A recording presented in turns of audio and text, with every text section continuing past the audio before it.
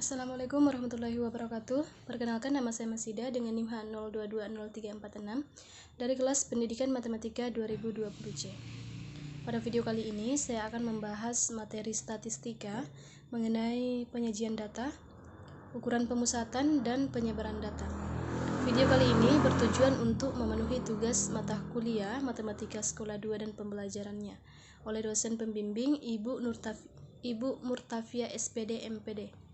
Untuk mengefisienkan waktu, langsung saja kita masuk ke pembahasannya. Pembahasan yang pertama mengenai penyebaran data. Di sini, penyebaran data adalah kegiatan menyusun data mentah yang berserakan menjadi lebih teratur sehingga mudah dibaca. Macam-macam teknik penyajian data dapat dilakukan dengan dua cara, yaitu membuat tabel atau daftar dan grafik atau diagram. Yang pertama, kita bahas mengenai tabel. Pada slide di atas, pada slide di layar ini adalah tabel jumlah siswa SD di Desa X tahun ajaran 2007 sampai dengan 2009. Nah, pada tabel ini memuat kolom tahun dan kolom frekuensi. Adapun macam-macam penyajian data dalam bentuk tabel itu antara lain, pertama ada tabel baris kolom. Di sini tabel baris kolom dapat kita lihat tabelnya itu ini adalah tabel daftar IP seorang mahasiswa pendidikan matematika tahun ajaran 2012. Pada tabel ini dapat kita tuliskan pada kolom pertama kita tuliskan nomor, kolom kedua dapat kita tuliskan semesternya, kolom ketiga dapat kita tuliskan IP-nya. Kemudian terus dapat kita tulis semester yang diketahui dari semester 1 sampai dengan semester 5. Terus kita tuliskan IP-nya. Kemudian ada tabel distribusi frekuensi. Nah, tabel distribusi frekuensi ini dibagi lagi menjadi dua, yaitu pertama ada tabel distribusi frekuensi tunggal. Tabel distribusi frekuensi tunggal dapat kita lihat lagi tabelnya pada slide. Ini adalah tabel tinggi badan siswa kelas 11 tahun ajaran 2013. Pada kolom ini memuat di kolom pertama itu jumlah anak, di kolom kedua itu ada frekuensi. Contoh, jumlah anak yang tinggi badannya 135. Frekuensinya itu ada 5.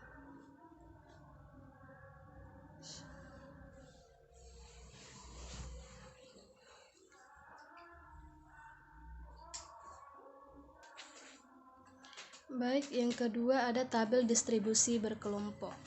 Tabel distribusi berkelompok ini, langkah-langkah membuatnya itu terlebih dahulu kita harus menentukan nilai jangkauannya atau yang disebut dengan range.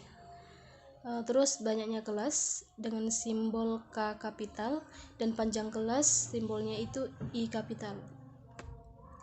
Dengan aturan itu sebagai berikut. Pertama ada jangkauan.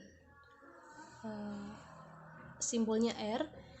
Nah, di sini range adalah selisih nilai data tertinggi dengan nilai data terendah. Rumusnya adalah R sama dengan XB dikurang XK. Dengan XB itu nilai tertinggi dan XK itu sama dengan nilai terendah. Kemudian banyaknya kelas atau yang disimbolkan dengan K. Rumusnya itu menggunakan aturan Sturges, yaitu K sama dengan menggunakan aturan Sturges. Itu rumusnya K sama dengan 1 ditambah 3,3 log N. Dengan K itu sama dengan banyaknya kelas dan N itu banyaknya data.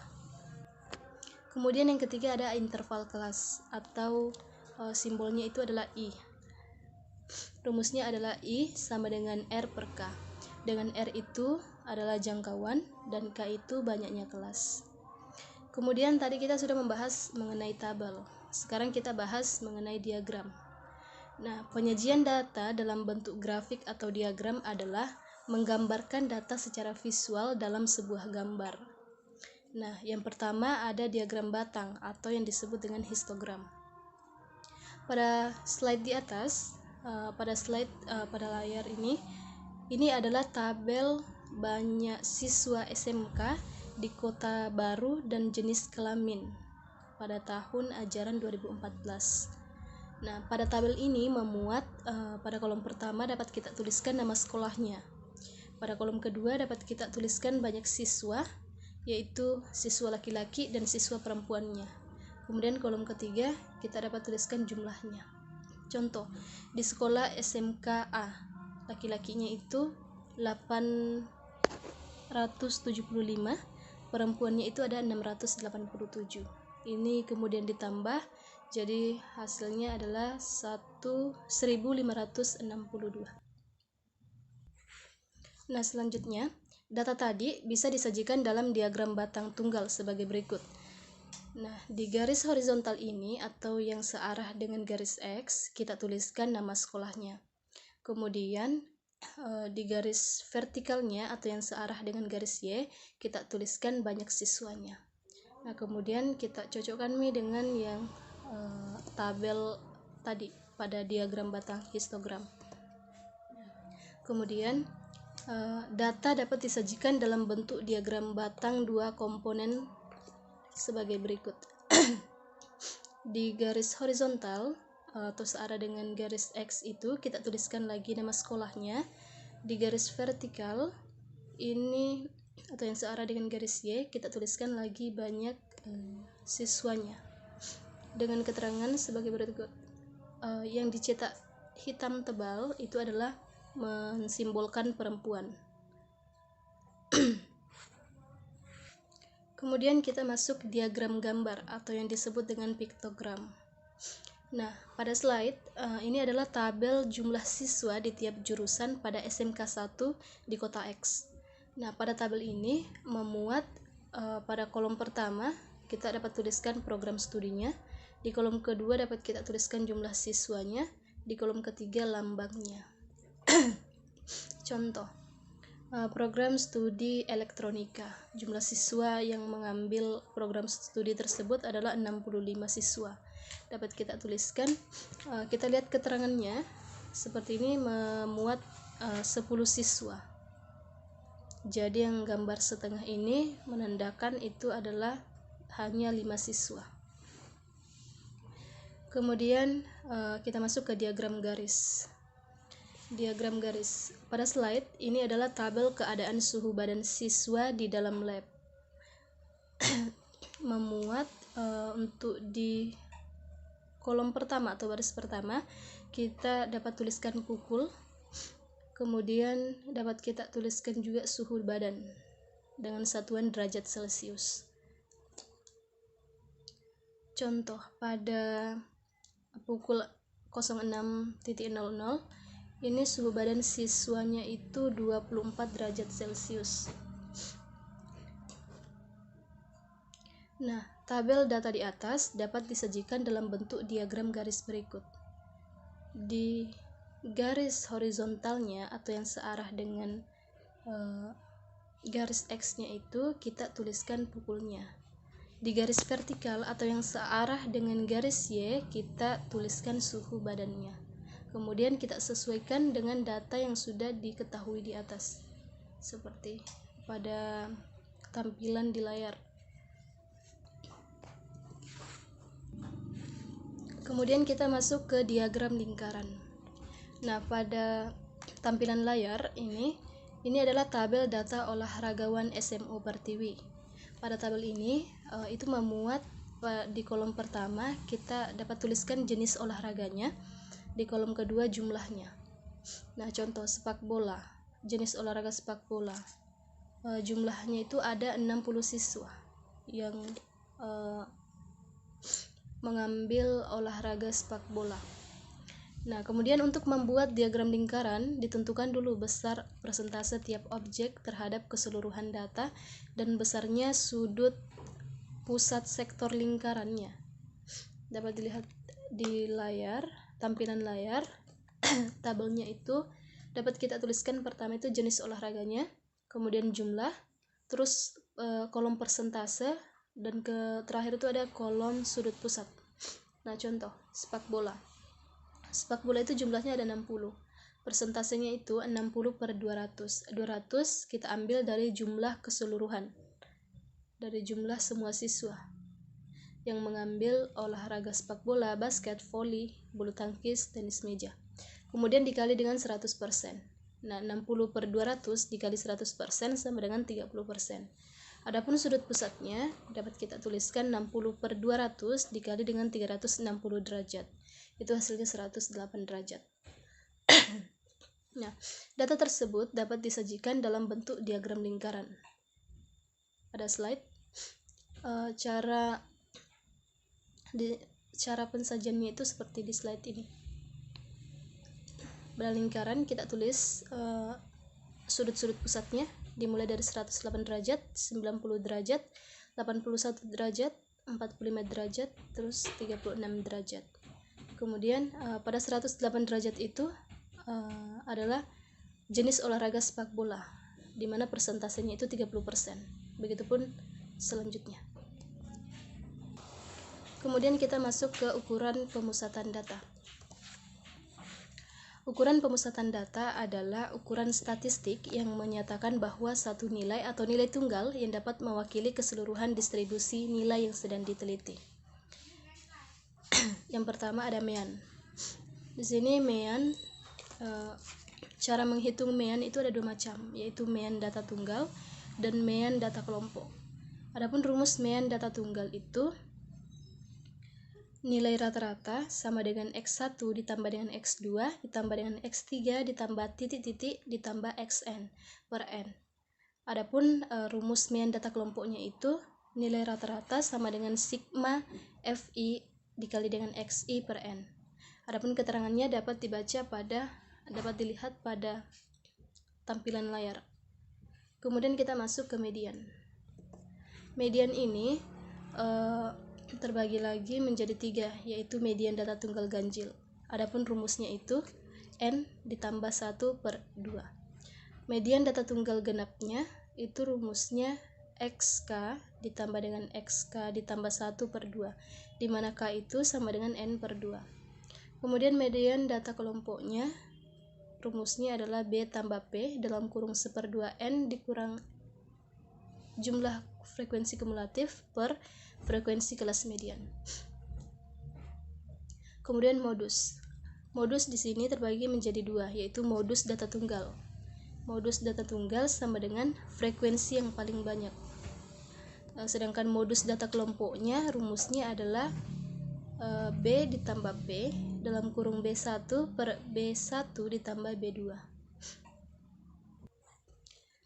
Kemudian kita membahas mengenai penyebaran data. Nah, ukuran penyebaran data adalah suatu ukuran yang menyatakan seberapa besar nilai-nilai data berbeda atau bervariasi dengan nilai ukuran pusatnya, atau seberapa besar penyimpangan nilai-nilai data dengan nilai pusatnya. Yang pertama ada jangkauan atau range. Jangkauan adalah selisih antara nilai maksimum dan nilai minimum yang terdapat dalam data. Jangkauan dapat dihitung dengan rumus R sama dengan X max dikurang dengan X min. Nah, kemudian ada simpangan rata-rata. Simpangan rata-rata dari sekumpulan bilangan adalah nilai rata-rata hitung harga mutlak simpangannya. Adapun simpangan rata-rata ini dibagi menjadi 2. Yang pertama ada data tunggal. Rumusnya adalah SR atau simpangan rata-rata sama dengan sigma nilai mutlak dari simpangan data dikurang dengan nilai rata-rata datanya per N. Kemudian ada data berbobot atau data kelompok. Rumusnya SR sama dengan sigma F nilai mutlak X dikurang dengan rata-rata data per sigma F. Kemudian ada simpangan baku. Simpangan baku di sini disimbolkan dengan huruf S. Adapun rumusnya, ini simpangan baku ini terbagi lagi. Yang pertama ada data tunggal. Rumusnya adalah S sama dengan akar dari sigma dalam kurung XI dikurang rataan hitungnya berpangkat 2 per N, atau S sama dengan akar sigma X pangkat 2 per N dikurang dalam kurung sigma X per N tutup kurung pangkat 2. Kemudian data berkelompoknya rumusnya adalah S sama dengan akar sigma F tutup kurung X dikurang rataan hitungnya pangkat 2 per sigma F, atau S sama dengan akar sigma fx pangkat 2 dikurang sigma F dikurang dalam kurung sigma fx dikurang sigma per sigma F tutup kurung pangkat 2. Kemudian kuartil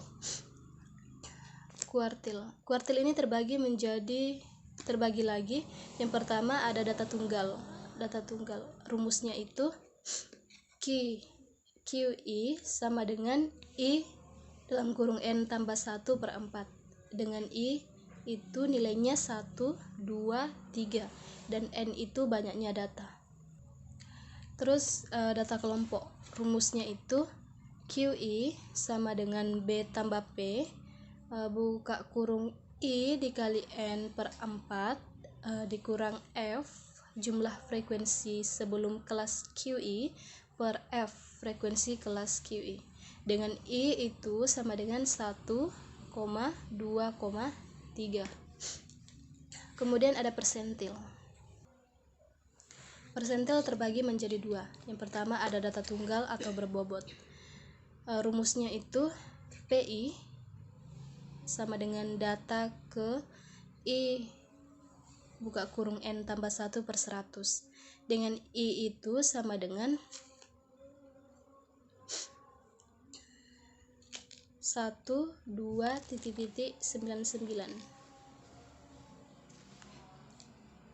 Kemudian ada data kelompok. Rumusnya itu PI sama dengan B tambah P. B-nya itu adalah tepi bawah, buka kurung I kali N. I adalah lebar kelas per 100 dikurang dengan F per frekuensi, dengan I sama dengan 1,2,99. Jangkauan persentilnya itu P90 per P10. Kemudian ada koefisien variasi.